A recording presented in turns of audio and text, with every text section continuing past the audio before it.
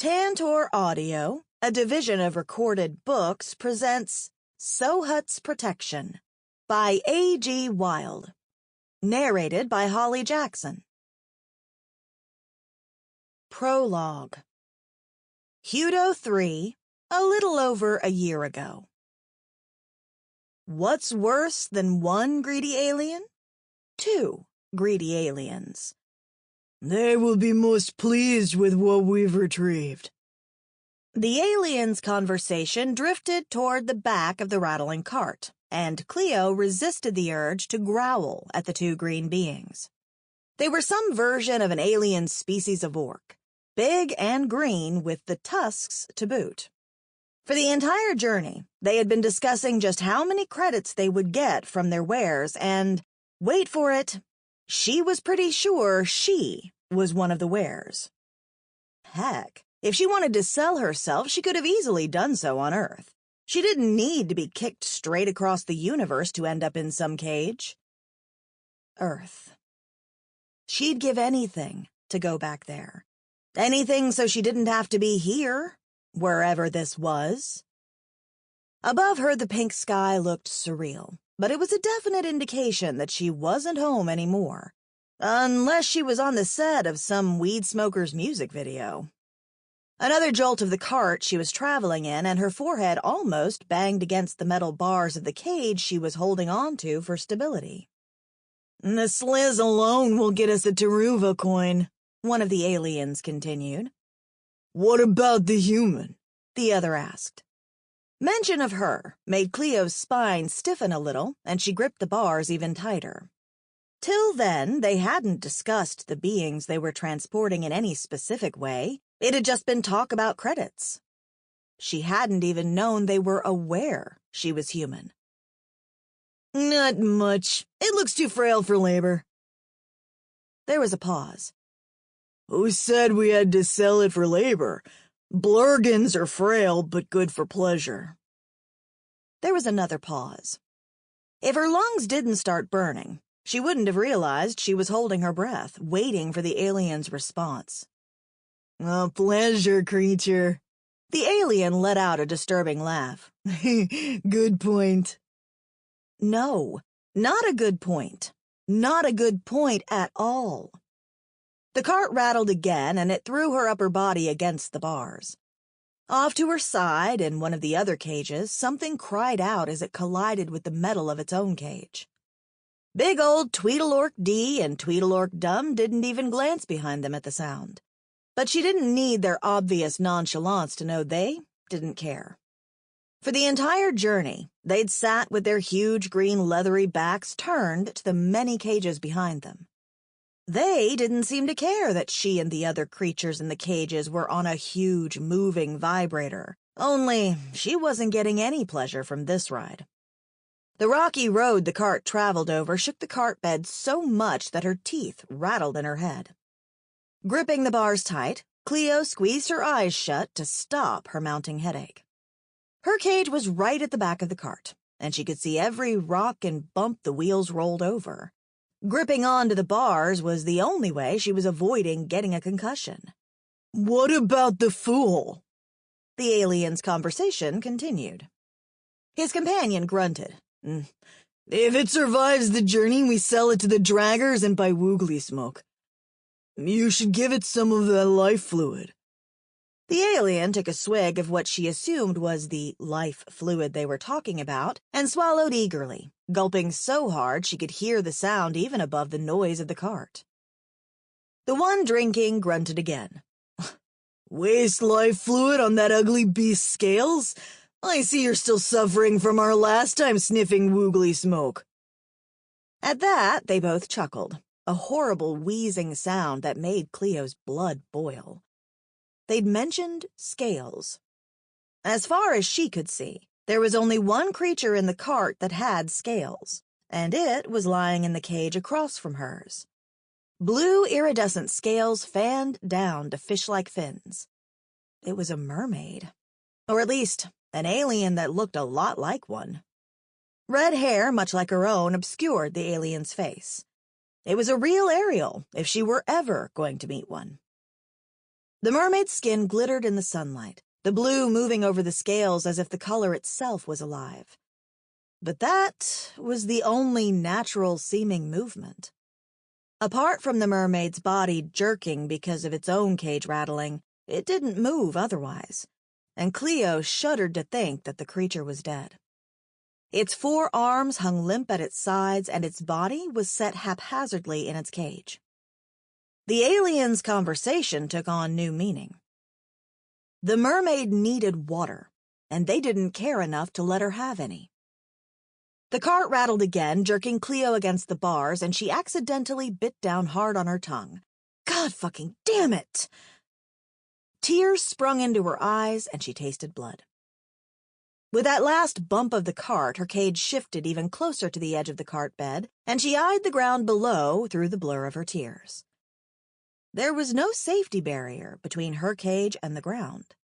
For the greater part of the journey, she'd been worried about her cage falling off the back of the cart. All it would take was one huge jerk, and off she would go. And, with every jerk, the bolts that held her cage together rattled as if they would pop right out. Maybe they would. She was kind of hoping on it, but she didn't want her cage to fall apart just yet. There was nothing but rocks and dirt as far as she could see. This would be the worst place for her to try an escape attempt. Squeezing the tears from her eyes, Cleo's gaze moved to the other cages as she checked to see if any other creature was as alert as she was. Farther up, closer to the front of the cart, one cage had a pile of black fur. Earlier in the journey, she'd thought that was exactly what it was, a pile of fur like a huge rug. That was until she saw 6 black eyes looking back at her. The fur animal had its eyes closed now, but a shudder still made her skin prickle just looking at it. Monster tarantula, maybe? She didn't see any legs, but she didn't want to find out. Directly to her right, another cage had a little gray animal that looked like a chihuahua with tarsier-like eyes and a tail like a howler monkey. Its big brown eyes blinked at her as it, too, gripped the bars of its cage for dear life. The animal looked so small and innocent, it made her angry that they were keeping such a thing in a cage. "I hope you find a nice home, little one," she murmured to the thing, and she didn't know if it understood her or not, but it kept its large brown eyes on her. There were about 6 other cages, all with different species. Some she couldn't see because of how they were lying, but there were no other humans. She was the only one. The sole lucky human. Now, if only someone could tell her which raffle she'd accidentally won for this once-in-a-lifetime trip. She'd like to return the ticket. Her last memory of Earth was her finishing her shift at the bar she worked at in Cali. It had been late, and she'd just hopped out of her little Toyota, ready to hurry inside her apartment when she'd felt a strange pain at the back of her neck. Next, she'd woken up to see a slug on a blue orb and a walking alligator. Her first thought was that she'd been drugged. What she was seeing was impossible. Only, the drugs hadn't worn off. She was still in the nightmare. What's worse, the alien ship they'd had her on crashed. What happened next was a blur. She remembered the pain and the confusion. Then she remembered the reinforced room she'd been locked in being opened. The next image in her mind was that of Tweedledork Dum and Tweedledork Dee. But she was alive. She wasn't on Earth anymore. The pink sky alone was proof enough of that, but she was alive. Her father's voice rang in her head. "Cleo, you have to learn. You have to adapt. Then you will survive." Cleo cast her eyes in the direction of the orcs driving the cart. They were still nattering about something, but their voices were so low she couldn't hear what they were saying. The fact they weren't concerned about the cargo they were transporting was probably a good thing. With their lack of care, she could plan an escape. Because she was escaping. There was no way she was going to be sold like a box of stew. Stew? She'd fix her analogies later. Glancing down at the road, Cleo gulped. The plan that was hatching in her mind was going to hurt like a bitch. But if this was how the orcs treated their wares before they got to their destination, she didn't have high hopes about things getting better when they actually arrived. What's worse, she wasn't becoming anyone's pleasure pet. So pain it was. She could deal with pain. She couldn't deal with death. As awkward as it was to move in the cage, she tried to see over the alien's shoulders. She couldn't see very far ahead, but she could tell the air was getting more humid. Possibly, they were approaching a change in the terrain. Somewhere with vegetation, maybe? Somewhere heavily wooded, hopefully? She could only hope they didn't turn off the road before they got there. Glancing down to her bare feet, she swallowed hard and moved her toes a little, feeling for the item she'd found and hidden. When her toes moved over the piece of metal, she released a breath of relief she hadn't realized she'd been holding. She'd found the sharp piece of shrapnel behind the cage not long after the orcs had loaded her into the cart. She'd acted quickly, taking the metal and hiding it underneath her foot, not daring to move her leg should her captors notice what she was hiding. It's not like the simple brown dress she was wearing had any pockets she could hide the weapon in. It was almost the length of her foot, but thin. She didn't know how she was going to use it yet, but having it was better than having nothing. As the conversation of the two aliens kept droning on in the background of her mind, she focused on the mermaid in front of her once more. She hadn't realized it before, but the scales of the creature looked considerably lighter in color than they'd done earlier. It was almost as if the blue within the scales was fading. What's worse? The thing still hadn't moved. It was dead. She was sure of it. A spike of sadness for the creature turned into iron that strengthened her resolve. Right. She wasn't going to let that happen to her. She was going to get out of this, somehow, one way or the other. A little whimper to her right had her glancing at the Chihuahua monkey, and it blinked at her with sad eyes as if it was having the same thoughts. "I know, little guy," she whispered as the animal's big brown eyes locked on hers. "Be strong." She'd been right about them heading towards lots of vegetation. First, it was just a few small orange shrubs and 1 and 2 trees, but now on both sides there was a fully fledged jungle filled with yellow-orange flora. It looked like she'd been dropped into a strange, magical world, and if she wasn't in her current situation, she might have stopped to appreciate the strangeness of the view. Instead, there was only one thing on her mind: getting off the damned cart. The road only seemed to get bumpier the deeper into the jungle they went, and they'd been traveling for so long she could tell the sun was starting to go down. Cleo grabbed the bars of her cage, pressing her lips together as she did. She'd probably have one chance to do this, and only one. From the dusty road to where they were now, her cage had drifted increasingly closer to the edge of the cart. If she put her weight on it with the next big jolt, it would topple, and she'd go tumbling into the jungle beyond. At least, that's what she was hoping would happen. She wasn't exactly Stephen Hawking. Her gaze moved to the dead mermaid before her, and she swallowed hard. The alien's scales were now almost completely white, a sickly white, and the more she looked at it, the more her resolve hardened. She needed to get off the cart. If she did manage to get out, she'd make a run for it and hope no alien jaguars were waiting for her in the bushes beyond. It was her only hope. Her father had been a man of the wild, able to survive anywhere and in the harshest of situations. To her, he'd been like the crocodile hunter, fearless. Everything Thomas Barlow knew, he'd taught her.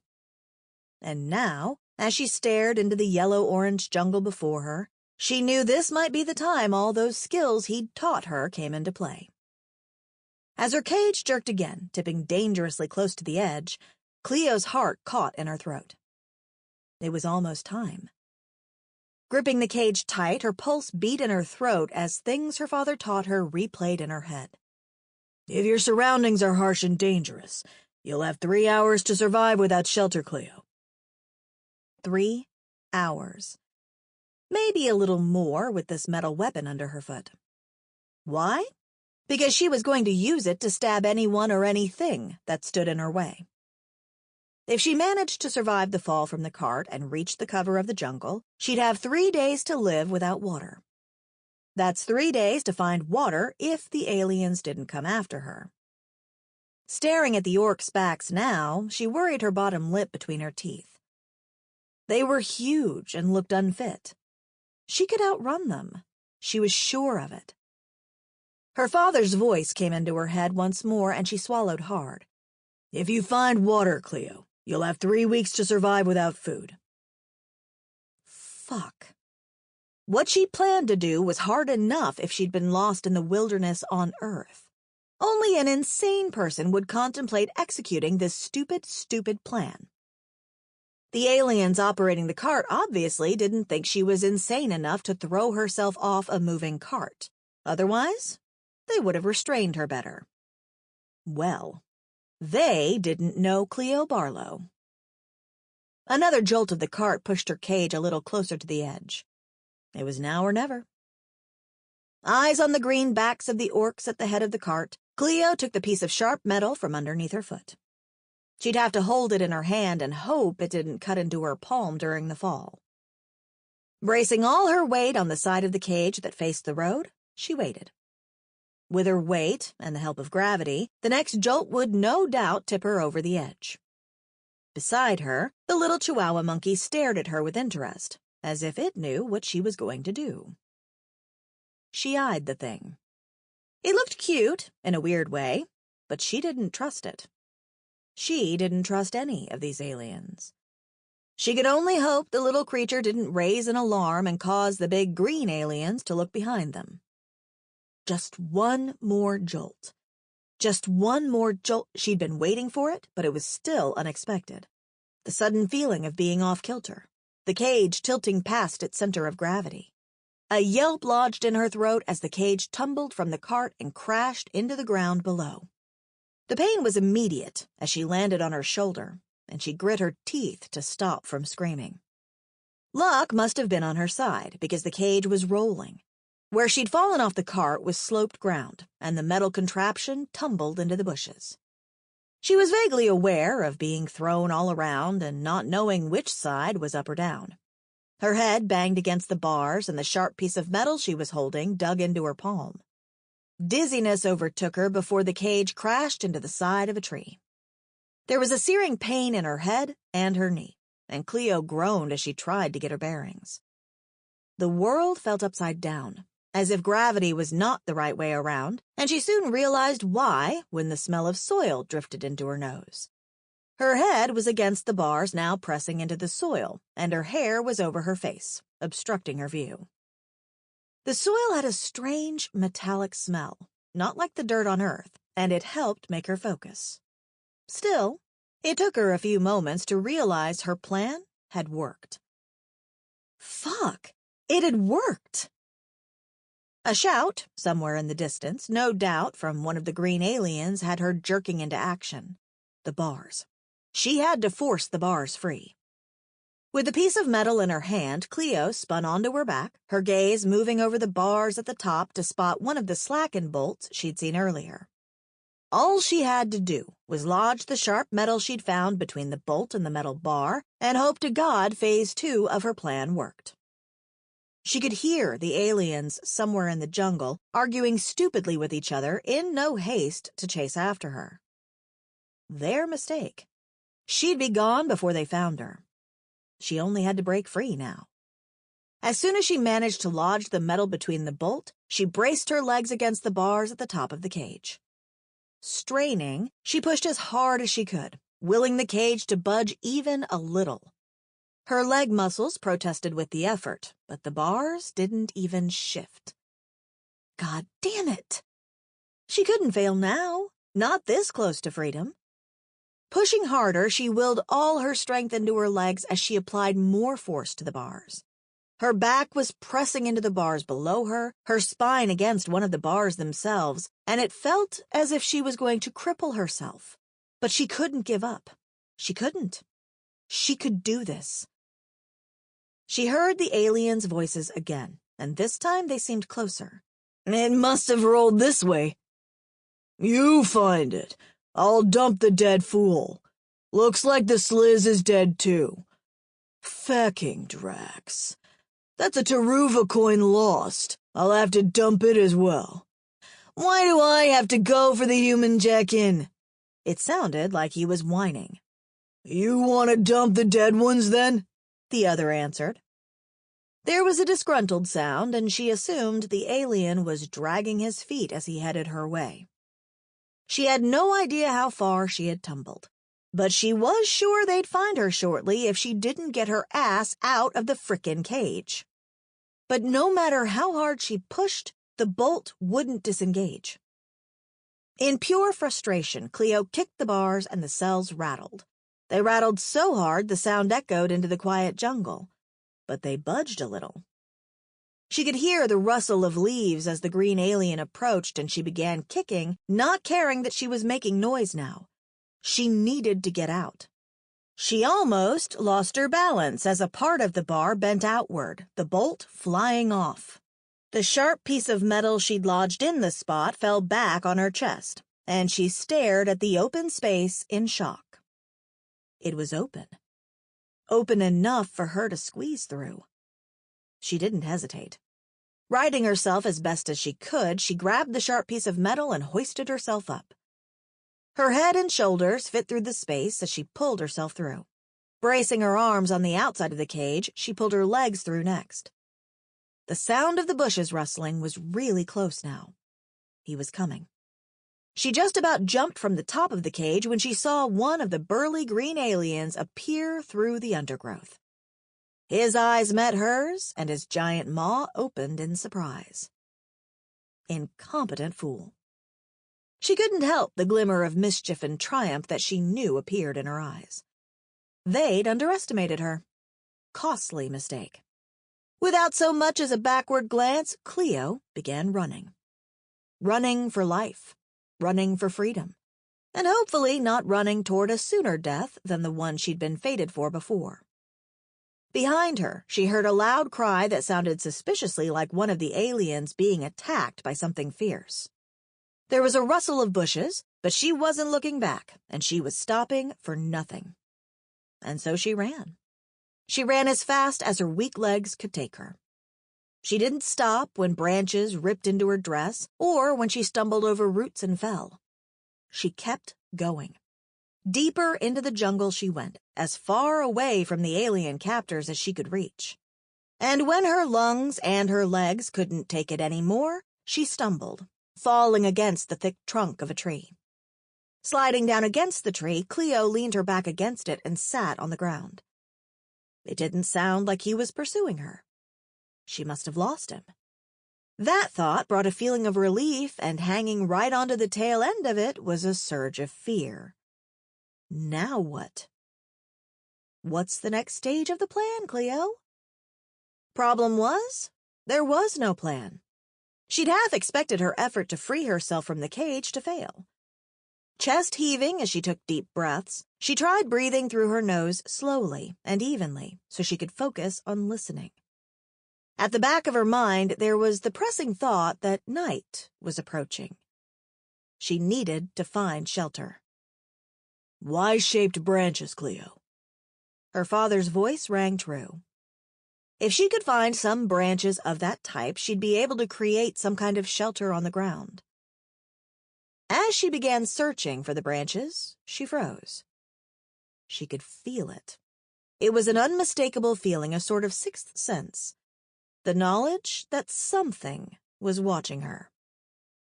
That sixth sense had served her well for 25 years. She wasn't going to question it now. As the hairs at the back of her neck stood on end, Cleo spun around slowly, the piece of metal she still gripped pointing outward. Her eyes scanned the orange bushes, looking for a spot of green that would tell her the green alien had crept up on her without her hearing. But there was none. Nevertheless, the bushes moved a little, and it wasn't because of the wind. There was something there. As the bushes rustled some more, Cleo took a step backward, fear crawling up her back. A bunch of hanging leaves moved, and a head popped out. For a few moments, she just stared at the thing. It was the Chihuahua monkey. The animal stopped moving and blinked at her with its large brown eyes. It remained unmoving as it looked from the sharp piece of metal to her and back. They stood like that for a few minutes, each unsure of what the other would do, until she slowly lowered her weapon.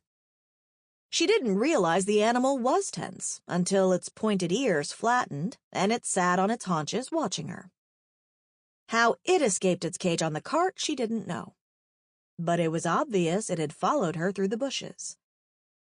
"Hey," she murmured to the animal, and its ears perked again. Crouching, she stared at it. "What are you doing here?" The animal tilted its head at her, but it didn't make a sound. Taking a step toward the thing, and against her better judgment, she outstretched her hand toward it, staying just far enough away that she'd be able to pull her hand back if it tried to bite her. The animal's nostrils twitched as if it was smelling her, and then it moved cautiously toward her hand and paused. She was just about to pull her hand back when it bumped the back of its head against her palm, much in the way a cat would. A smile she didn't expect spread across her lips as the animal moved closer to rub its head into her palm some more. That one movement settled the anxiety that had been growing within her. "You're just lost too, aren't you?" she murmured, and when the animal paused rubbing against her to blink its huge brown eyes at her, she smiled again. It was lost, just like she was. "You look so innocent." She studied the little thing. It was innocent and cute, and that pulled on her heart. "I'm going to take care of you." It was a promise. "I'm going to take care of you and me, little Chihuahua monkey." When the animal simply bumped her palm with its head once more, Cleo smiled again. 3 hours without shelter, Cleo. 3 days without water. 3 weeks without food. She could do this. She was Cleo Barlow, Thomas Barlow's spawn. She'd been trained to face the odds and survive. 1. Present day, over a year later. Walking through the undergrowth, following a path she'd now memorized, Cleo made her way to her lookout spot high up on the side of the mountain. From there, she could see the road that cut through the jungle. It was the same bumpy road the orcs had been transporting her on so long ago. Sometimes she saw carts rattling through, and the sight of them always sent her back to that day when she'd escaped. Taking a deep breath now, she settled in the bushes, her gaze on what she could see of the road. There were no travelers now, not that she could see, but she still remained hidden. Such was her routine. She'd made it a point to surveil the area at least 3 times a day without fail. It was the only way she could keep tabs on her surroundings while remaining relatively safe. Crouching low, she scanned the area far below. Many times she'd seen vehicles passing through, but never had the occupants ever spotted her. She'd taken precautions for that. If anyone happened to look in her direction, she was sure they wouldn't see her. The mud she'd daubed over her body stuck to her like a second skin. She blended into her surroundings like a gecko. Camouflage, bitches. Eyes narrowing, she kept scanning the area. Parts of the road were obscured by the vegetation, but she could see enough spots to tell what was happening down there from her particular location. And so she kept an eye out for any movement. On several occasions, she was sure she saw the green aliens that had been transporting her on that fateful day. For over a year, they kept returning, she assumed, to search for her, but they never ever ventured far into the jungle. They always kept close to the road. As a matter of fact, of the many carts she spotted taking the jungle road, none of the aliens ever stopped and entered the jungle itself. She didn't mind. No intruders meant she was relatively safe, and safety meant she could live free. And surprising... Sample complete. Ready to continue?